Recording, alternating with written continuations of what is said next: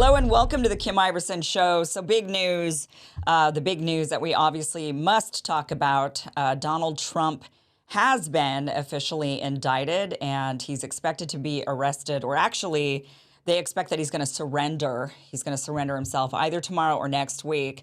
Originally, it was to be tomorrow that they were expecting, Friday, that they were expecting for him to be arrested or to surrender himself. But apparently the Secret Service asked for more time.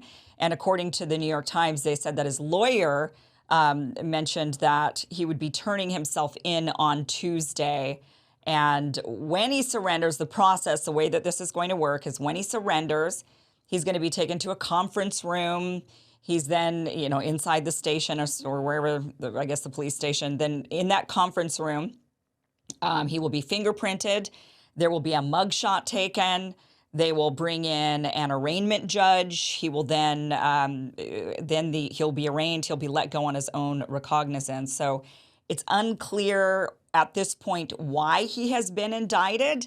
That is the big question at this point. As of right now, I think, unless they just release the indictment to the public, but at this point it has been it's still sealed, and we don't really know exactly what the charges are. Now, what we've been hearing over the last while has been that this is about hush money payments to Stormy Daniels. But other reports from CNN are that the indictment is actually over 34 counts relating to falsifying business records. So we don't know until these charges are unsealed. But it could be the business fraud. It could be Stormy Daniels, could be both. We're not really sure. We'll find out. But this is a historic moment. This will be the first time in history that a former U.S. president will be indicted on criminal charges. Trump has responded. He has responded with a statement. He says in a statement, this is political persecution and election interference at the highest levels. He says he calls out Democratic leadership, saying the Democrats have lied, cheated, and stolen in their obsession with trying to get Trump. But now they've done the unthinkable, indicting a completely innocent person in an act of blatant election interference. So he's obviously asserting that he is innocent. He's not wrong. They've definitely tried to go after him in every way, shape, or form. We've seen him impeached twice. We've seen them, attempt to go after, criminally everything, starting with he's tied to Russia somehow. And, this just kind of went on and on and on. Some other things he says in this statement. He says, never before in our nation's history has this been done. The Democrats have cheated countless times over the decades, including spying on my campaign, weaponizing our justice system to punish a political opponent who just happens to be the president of the United States. And by far, the leading Republican candidate for president has never happened before, ever. He also says, I believe this witch hunt will backfire massively on Joe Biden. The American people realize exactly what the radical left Democrats are doing here. Everyone can see it. So our movement and our party, united and strong, will first defeat Alvin Bragg, that's the DA. And then we will defeat Joe Biden. And we're going to throw every last one of these crooked Democrats out of office so we can make America great again. Lock her up, lock him up, lock them all up, honestly, at this point. Look, if he's guilty, it's true. No one is above the law. If you're guilty, you should go to jail, or you should suffer whatever the consequences are, or you should be you should pay the fines or whatever that might be. But if they're going to go after Trump, this is clearly political. There's no doubt about it. They're politically going after him. They've been going after him. If you can see, these are deep fakes, by the way. These are not real images that we're showing. These are AI generated, but they're kind of hilarious. So you can enjoy those. But these are not, I doubt they're going to actually, it's definitely not going to be like this in real life when he goes and turns himself in. It'll be very, I'm sure it's not going to happen in the dead of the night. I'm sure Trump is going to want sort of the fanfare of the whole, the optics of this, because it does serve him better politically. But there's no doubt that this is political persecution. There's no doubt about that. Donald Trump, if he committed some sort of business fraud, this guy has been in business for a long time, very, very wealthy. Many of us suspect that many wealthy business people have been committing some kind of crime behind the scenes to some level. If you went through basically any rich person's finances and businesses, you're going to find something that you could nail him with. I think that's what many of us suspect about everybody. Many of us suspect this about many of the politicians, that if you dig deep enough, you can find something. You can find something about any of them, because there's no way they have this much wealth and that they've been able to manage it absolutely perfectly by the book in every single possible way. So there's no doubt this is political persecution. But listen, if you're going to do this, if you're going to go down this road, then I want them all. I don't want just Trump. I want Hillary too. I want Joe Biden. I want Nancy Pelosi. I want all of them. I want you to take a fine-tooth comb to every single politician, and I want you to get all of them. I want the Bushes. I want everybody. If that's how it's going to be, take them all down, drain the swamp. That's fine with me, but do it fairly and do it to all of them. If we're going to have, a big Operation Car Wash type thing like they did in Brazil, where we're going to go after every single politician and say, but although even in that was very politically motivated, they only went after one side. You got to go after everybody. Do it fairly, do it justly. There we go. Lock her up. Take Hillary Clinton in too. It can't just be one-sided. It can't just be this one person. We all know this is absolutely, completely political. They've been doing this entire time, going after Trump. It's Hillary Clinton's revenge for him saying, lock her up, lock her up. It is kind of, hey, karma, right? Don't say lock her up and chant it at protests and expect that not to, expect that to fall on deaf ears. It didn't. Hillary Clinton heard it loud and clear, and now she's getting her sweet revenge. The woman's a Scorpio, after all. I had to throw that in there. Just saying. Now, obviously, this is being used, both sides extremely politically. I think to be expected. Democrats are celebrating, of course. They're boasting that justice is finally going to be served. Finally, we got him after all of these years. Trump is finally going to go to jail. He's not going to go to jail. But nonetheless, they're still going to say he's a crook. We finally got him. Now, Republicans, of course, are calling foul. They're speculating that this is political persecution. They're even saying that this is going to cinch Trump's Republican nomination for the presidential race in 2024, which I find very interesting. We're going to get into that. I want to get into the, why is this happening? And what really is going to be the consequences? Are we going to see riots in the streets? Is Trump going to end up being the presidential nominee for the Republican Party? Is that what the Democrats even wanted? But first, I want to show you some of the reactions. Ron DeSantis actually tweeted out his reaction. He said the weaponization of the legal system to advance a political agenda turns the rule of law on its head. It's un-American. The Soros-backed Manhattan district attorney has consistently bent the law to downgrade felonies and to excuse criminal misconduct, yet now he is stretching the law to target a political opponent. Florida will not assist in an extradition request given the questionable circumstances at issue with this Soros-backed Manhattan prosecutor and his political agenda. So there's a statement from potentially Trump's biggest rival. And again, I'm going to get to how I think maybe the Democrats really do want Trump to actually be the candidate, interestingly. Donald Trump Jr. also tweeted out, our corrupt elites aren't threatened by violent criminals on the streets because all of them have private security. They don't care if normal people are being terrorized, but they are threatened by Trump, which is why they're willing to turn us into a banana republic to stop him. So that's also, that's his statement as well. Now, what is going to happen? Will there be unrest and riots in the streets? There were some reports that the the NYPD said all units are on duty tomorrow because they're expecting civil unrest. They're expecting riots. They're expecting things to go crazy. So they're saying every single cop has got to be on duty tomorrow. They need absolutely everybody. And I'm sure that is probably going to be the case maybe in Washington, D.C., New York, and that'll probably go all the way through until he's arrested, the mugshot and all that stuff, which Democrats are going to be just salivating over that mugshot. But will there be unrest? Do I think there's going to be unrest or riots in the streets?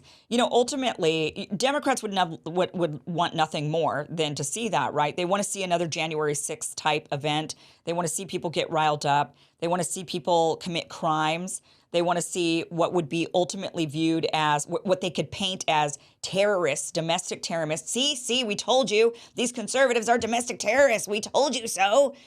Look at what they're doing. Look at how they're behaving. They want to see that. They want nothing more than that. All the more reason for conservatives to not do that, to not take to the streets, but instead protest in other ways.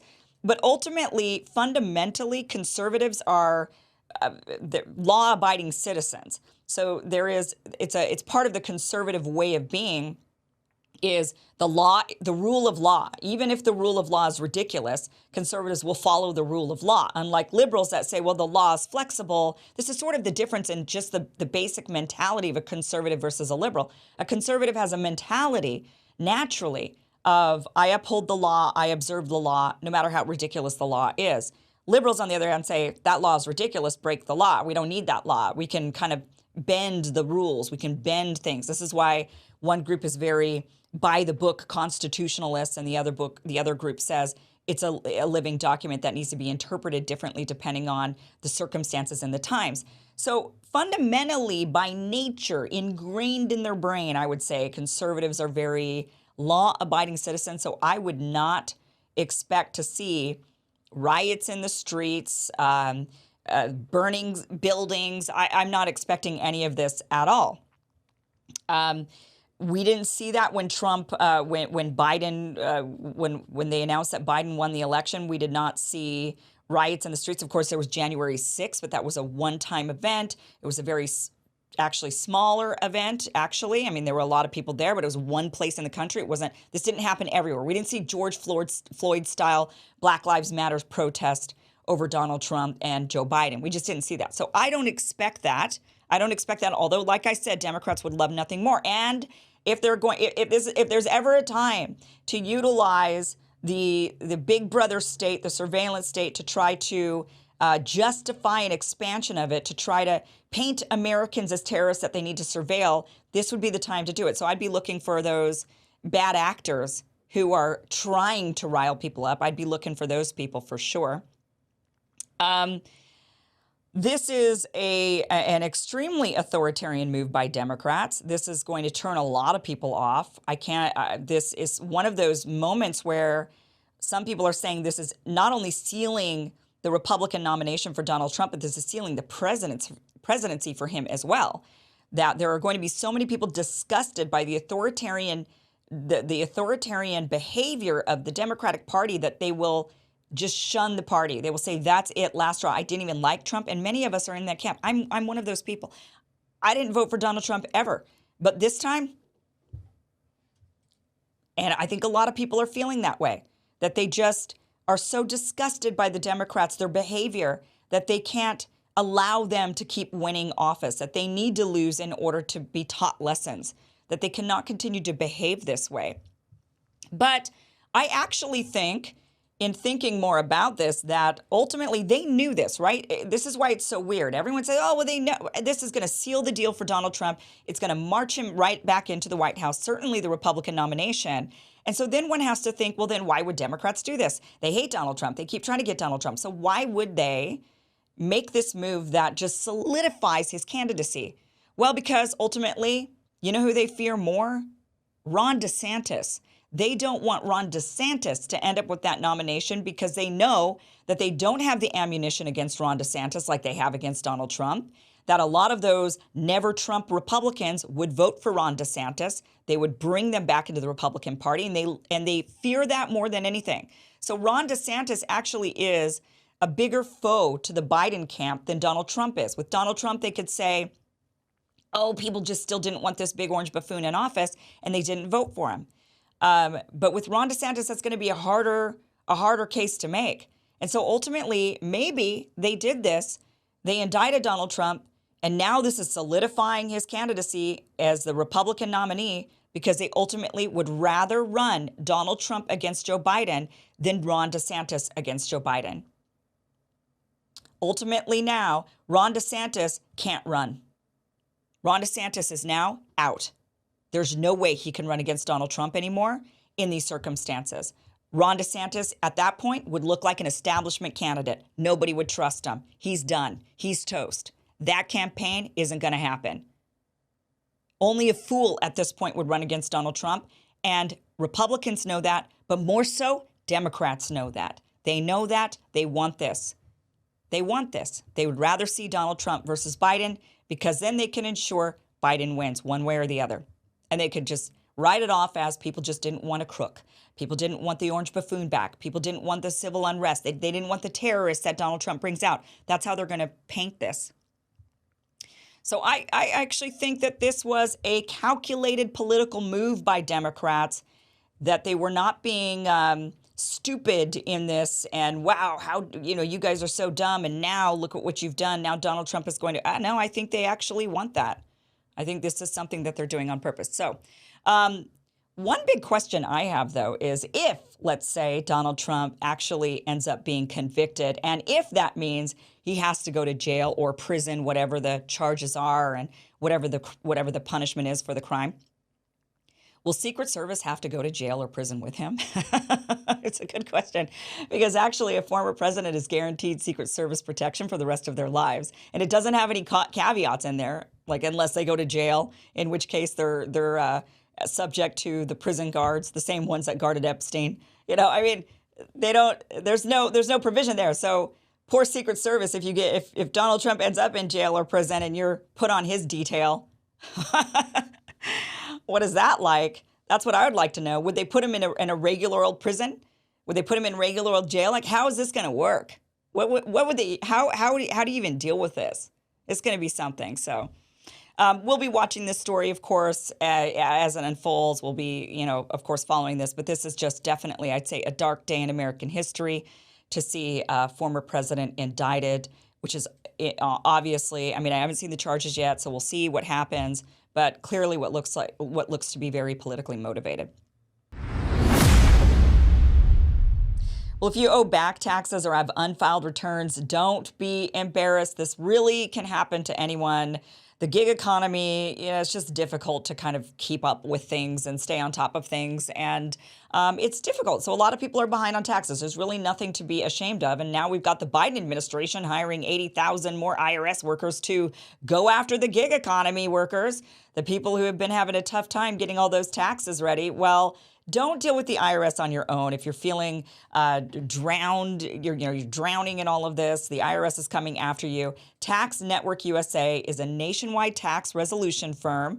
They can help you out. They'll help protect your rights. They're going to help you settle your back taxes. In some cases, they can even zero out your balance so you don't owe anything to the IRS. They're experts in all of the IRS programs, and they understand tax law so that you don't have to. Over the last 14 years, Tax Network USA has saved over $1 billion in back taxes for their clients. They can even help you file your yearly return to protect you from audits. So whether you owe a few $1,000s or maybe even a few $1 million, they can help you out. Even if you haven't filed in years, they can help you. Even if you have a payment arrangement already with the IRS, they can help you.